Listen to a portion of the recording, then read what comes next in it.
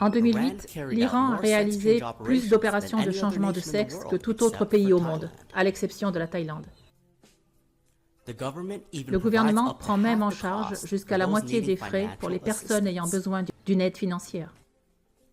Et à ce jour, l'Iran est toujours considéré comme une plaque tournante pour les opérations de changement de sexe. Tout le monde peut réaliser cela à différents âges.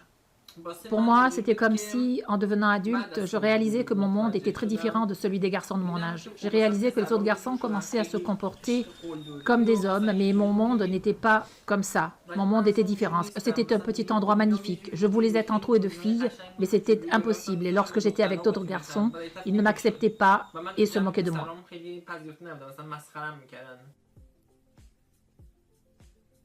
On parle de révolution islamique. Mais les changements de sexe en Iran ont été légalisés peu après la prise de pouvoir de l'ayatollah Rouhollah Khomeini. Existe-t-il un autre pays musulman qui encourage et finance le transgenre? Selon Jones, grâce à sa révolution, l'Iran a pu éviter le sort des catholiques occidentaux.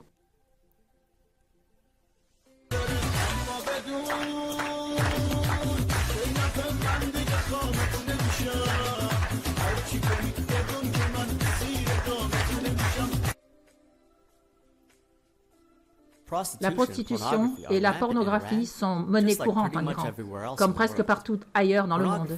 La pornographie est disponible sur le marché noir et la prostitution est illégale. Cependant, lorsque les femmes sont arrêtées, elles ont le choix entre être condamnées et recevoir des coups de fouet ou offrir des faveurs sexuelles. Dans la grande majorité des cas, les femmes choisissent la seconde option. En gros, l'interdiction de la prostitution n'est pas appliquée parce que les policiers obtiennent des relations sexuelles gratuites. Et parfois, ils donnent un pourboire aux femmes. En 2014, l'Office des Nations Unies contre la drogue et le crime a estimé que 2,2% de la population iranienne était toxicomane, ce qui fait de l'Iran le pays avec le taux de toxicomanie le plus élevé au monde. Le régime iranien se plaint constamment de la police américaine. Pourtant, il dispose de l'une des polices les plus corrompues au monde. Si ces policiers faisaient réellement leur travail au lieu d'accepter des pots de vin de la part des trafiquants, le pays n'aurait pas les problèmes de drogue qu'il connaît actuellement. Et le problème de la drogue en Iran s'est considérablement aggravé. En 2018, selon Hamid Raza Sarami, directeur général du département recherche et éducation du siège iranien de lutte contre la drogue, un Iranien sur 3 est traité pour toxicomanie.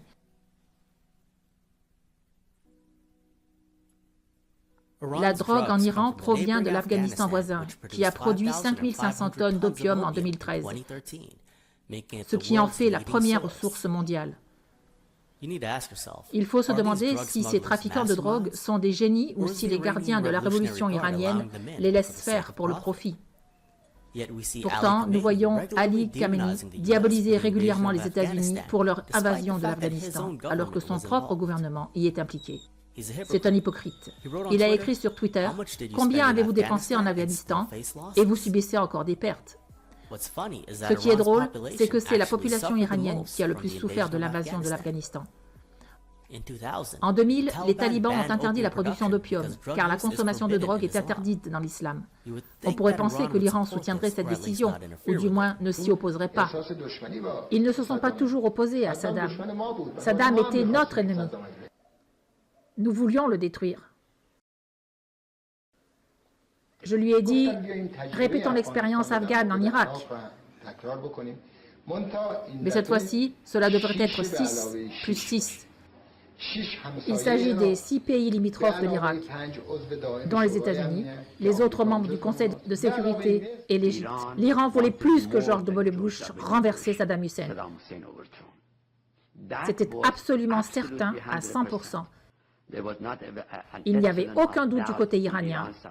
Saddam devait partir. Les États-Unis et la Grande-Bretagne ont été utilisés pour faire le sale boulot, mais c'est un fait qu'Israël et l'Iran étaient les plus désireux de voir Saddam partir, et ce sont eux qui en ont réellement profité. Après la chute de Saddam, l'Iran a étendu son influence en Irak et comblé le vide politique. Nous serions considérés comme des libérateurs en Irak. Vous vous souvenez comment les néoconservateurs disaient que les troupes américaines seraient accueillies comme des libérateurs? Eh bien, le petit-fils de Ruhollah Khomeini a également relayé cette propagande. Je cite, « En tant qu'Iranien, je considère cela comme une libération de l'oppression, de la dictature et de la tyrannie, qui était sans précédent dans l'histoire. C'était leur salut qui a mis fin aux souffrances infligées au peuple irakien. » L'Iran a également soutenu les changements de régime en Irak, en Afghanistan et en Libye. Oui, l'Iran a critiqué l'OTAN, mais c'était uniquement pour discréditer l'Occident. En réalité, il a soutenu les rebelles libyens, dont certains appartenaient à Al-Qaïda. Citation. « Le Comité national iranien des droits de l'homme dénonce les actes brutaux et inhumains du gouvernement libyen à l'encontre de son peuple opprimé et sans défense, et exprime sa sympathie aux victimes et aux personnes blessées à la suite des violences. » L'Iran s'est réjoui de la mort de Muammar Kadhafi, tout comme Hillary Clinton. L'agence de presse officielle IRNA a cité le porte-parole du ministère des Affaires étrangères, Ramin Lehman Peres, qui a déclaré que le destin inévitable de tous les dictateurs et oppresseurs qui ne respectent pas les droits de leur peuple est la destruction. La République islamique d'Iran se réjouit de cette grande victoire et félicite le peuple musulman libyen et le Conseil national de transition.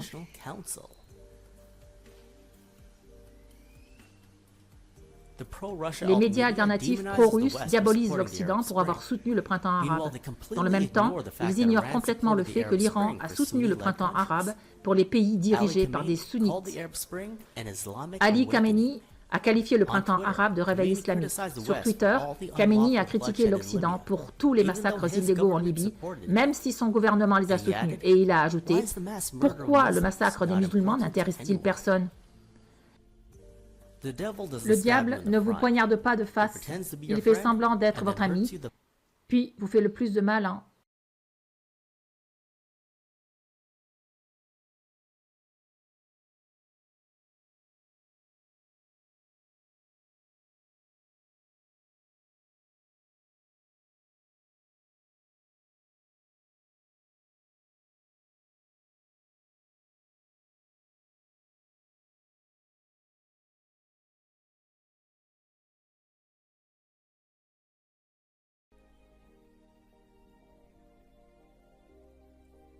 Les médias alternatifs pro-russes présentent Saddam comme le responsable de la guerre entre l'Irak et l'Iran, et je le croyais autrefois. Examinons cette affirmation. La raison du déclenchement de la guerre est qu'au début de la Révolution, nous avions des slogans très forts tels que « Envoyer la révolution de l'Iran à l'Irak et au reste du monde ». Et ces slogans sévères ont fait peur aux pays voisins.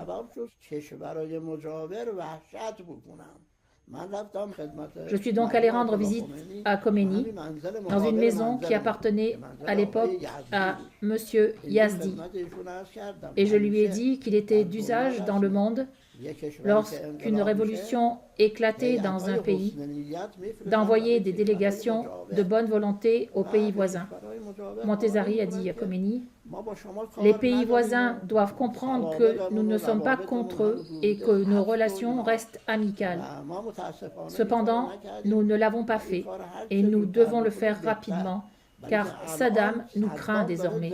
Il a même déchiré le traité algérien et cela doit être arrêté rapidement en envoyant des délégations de bonne volonté. » Mais Khomeini n'était pas d'accord.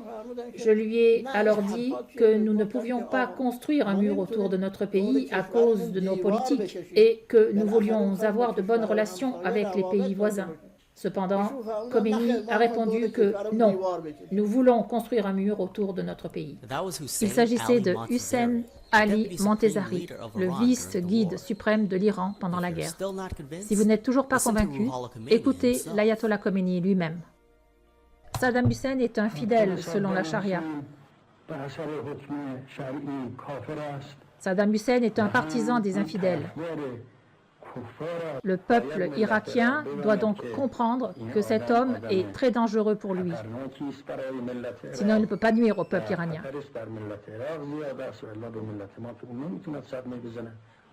Le peuple irakien doit mettre tout en œuvre pour éliminer cet homme corrompu, Saddam Hussein. Le peuple irakien doit se débarrasser de Saddam, qui s'oppose aux intérêts de l'islam et du Coran.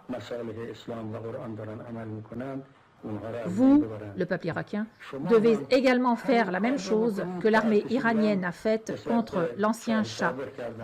Tout comme l'armée iranienne a abandonné l'ancien roi et s'est jointe au peuple, vous devez faire la même chose jusqu'à ce que le pouvoir de ce germe pourri, Saddam Hussein, soit éliminé.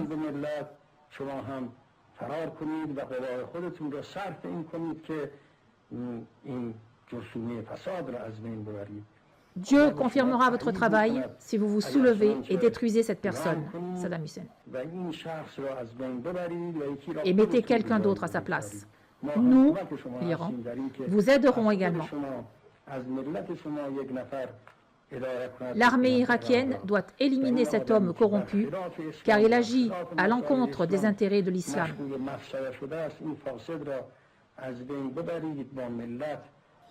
L'armée doit soutenir le peuple irakien. Le peuple irakien est d'accord avec l'islam. Par conséquent, ceux qui sont d'accord avec l'islam, dont le livre est le Coran, et dont la Qibla est la Kaaba, ne peuvent être associés à l'infidèle qui soutient des infidèles tels Carter.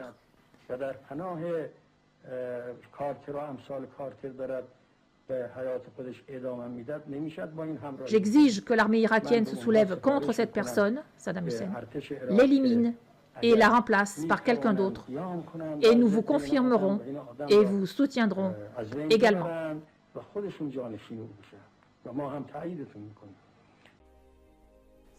Khomeini a dit « J'exige que l'armée irakienne se soulève contre cette personne, Saddam Hussein, l'élimine et la remplace par quelqu'un d'autre. Et nous vous confirmerons et vous soutiendrons également. » Imaginons que vous soyez Saddam. Que feriez-vous si un autre pays appelait à votre assassinat et tentait activement de vous renverser? Quelle autre solution avons-nous que la guerre? Continuer à combattre l'Iran. La guerre jusqu'à la victoire.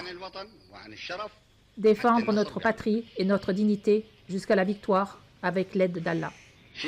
Que devons-nous faire? Nous nous battrons jusqu'à ce qu'il, Khomeini, fasse preuve d'une certaine retenue. Nous n'avons plus rien à lui offrir pour la paix. Il a rejeté toutes nos propositions de paix. Nous lui avons proposé toutes nos solutions politiques et pacifiques. Nous n'avons pas d'autre choix que la guerre. Si nous affaiblissons ses forces, il pourrait accepter la paix. Une fois affaibli, il n'aura d'autre choix que d'accepter la paix. Une fois que Khomeini se rendra compte qu'il perdra plus qu'il ne gagnera, il appellera lui-même à la paix, de sa propre initiative. Khomeini a utilisé la politique, la tromperie, dans tous les domaines. Il entretient des relations politiques avec Israël et a acheté des armes à Israël sur ses ordres. Il a reçu des milliards de dollars de la part des États-Unis et il a joué un jeu lorsqu'il a pris des otages dans leur ambassade, puis les a libérés sur ses propres ordres. Pendant la guerre, l'Irak s'approvisionnait en armes auprès de l'Union soviétique, non pas parce que l'URSS se souciait de l'Irak, mais pour des raisons de profit. Et l'Iran s'approvisionnait en grande partie auprès d'Israël, non pas parce qu'Israël se souciait de l'Iran, mais car ils avaient un ennemi commun à Saddam. Ils ne se contentaient pas d'envoyer des armes à l'Iran. L'ancien agent du Mossad, Viktor Ostrovsky, a admis dans son livre « The Other Side of Deception » que le Mossad avait également formé des pilotes iraniens pendant la guerre. L'Iran s'engageait dans tout cela, tout en criant « Mort à Israël ». Réfléchissez-y.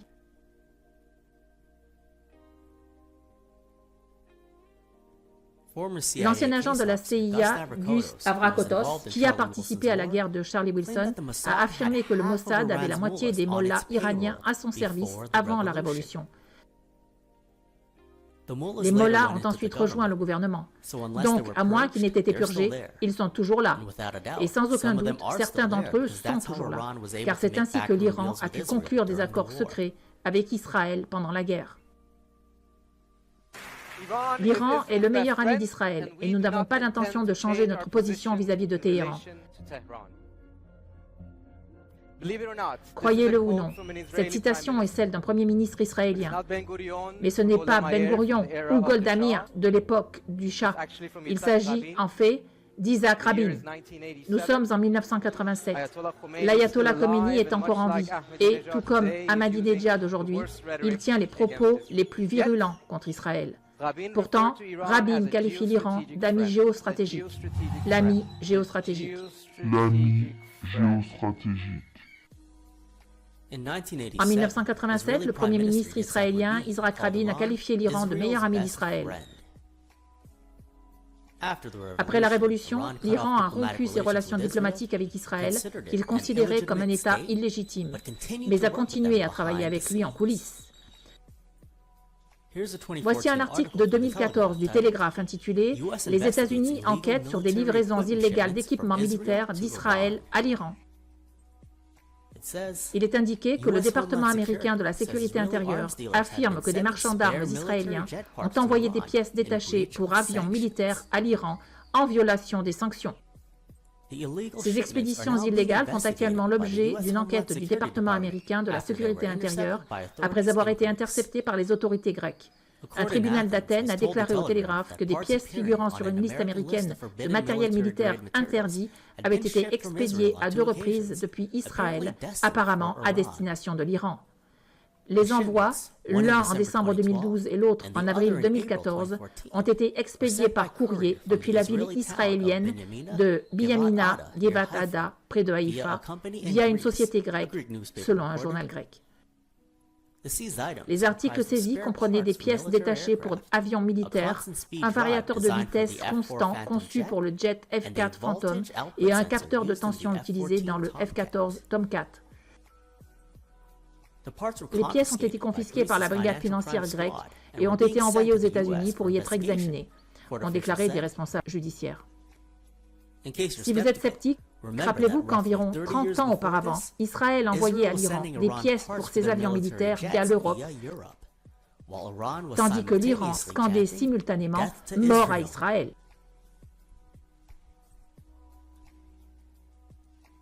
Merci à Amosi sur Twitter pour cette nouvelle série de recherches.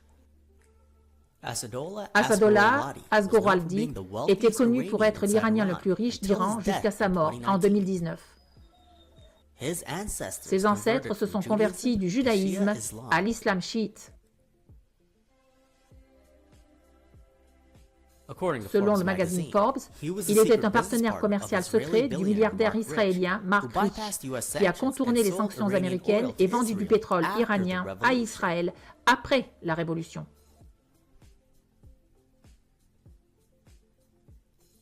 En apparence, ils étaient ennemis, mais leurs affaires ont continué comme si de rien n'était.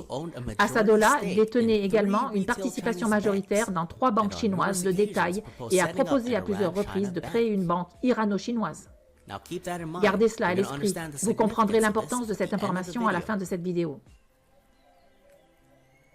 Son frère, Habibollah Asghoraldi, était le chef du parti de la coalition islamique, un parti politique conservateur très influent en Iran.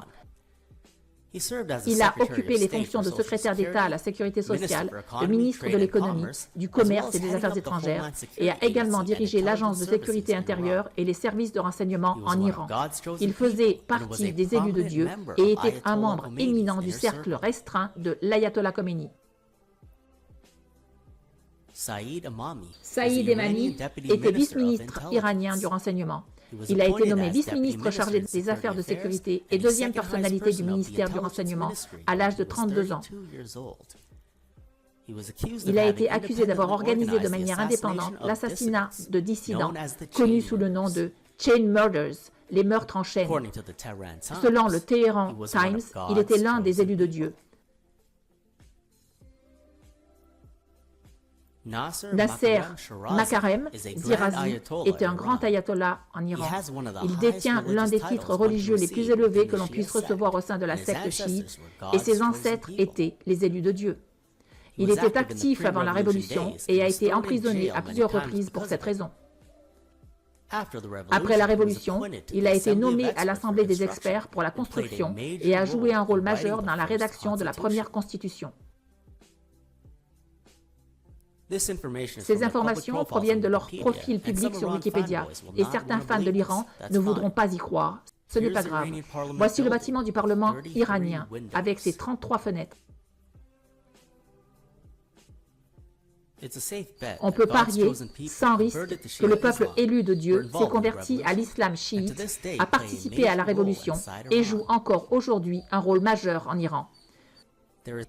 En d'autres termes, l'Iran fait beaucoup de bruit, mais n'apporte aucune solution concrète, si ce n'est d'emballer ses fans avec ses menaces clichés et ennuyeuses à l'encontre d'Israël depuis que la révolution bâtarde est sortie du ventre de Satan, tuant plus de musulmans que jamais. Qu'ils aillent au diable, eux et Israël. Fin de citation. L'Iran s'oppose à Israël, mais a collaboré avec lui contre les puissances sunnites en Afghanistan, en Irak, en Libye, et a même soutenu la campagne de bombardement russe contre les sunnites en Tchétchénie. L'Iran se fait très vocal sur les causes musulmanes, ce qui fait que beaucoup de gens, crédules, pensent qu'il se soucie réellement d'elles. Les Iraniens ne sont pas sunnites, ils sont chiites, et au cas où vous ne l'auriez pas remarqué, ce ne sont pas des Arabes, ce sont des Perses et des Juifs. Ils n'ont aucune raison d'être loyaux envers la plupart du monde musulman. Réfléchissez bien à ce que dit Scott Ritter dans le clip suivant. C'est une lueur d'espoir dans la tourmente. Ce qu'a dit un membre de la garde révolutionnaire, pourquoi vous, les Américains, ne comprenez-vous pas que nous détestons les Arabes plus que nous détestons les Israéliens et que nous préférons travailler avec Israël pour contenir la puissance arabe plutôt que de travailler avec les Arabes pour contenir la puissance israélienne. Il y a une longue histoire derrière cela, vous savez. Oui, je sais, mais nous ne le reconnaissons pas. Encore une fois, à cause de notre ignorance, nous nous en prenons aux musulmans. Ils sont tous pareils. Ils ne sont pas tous pareils.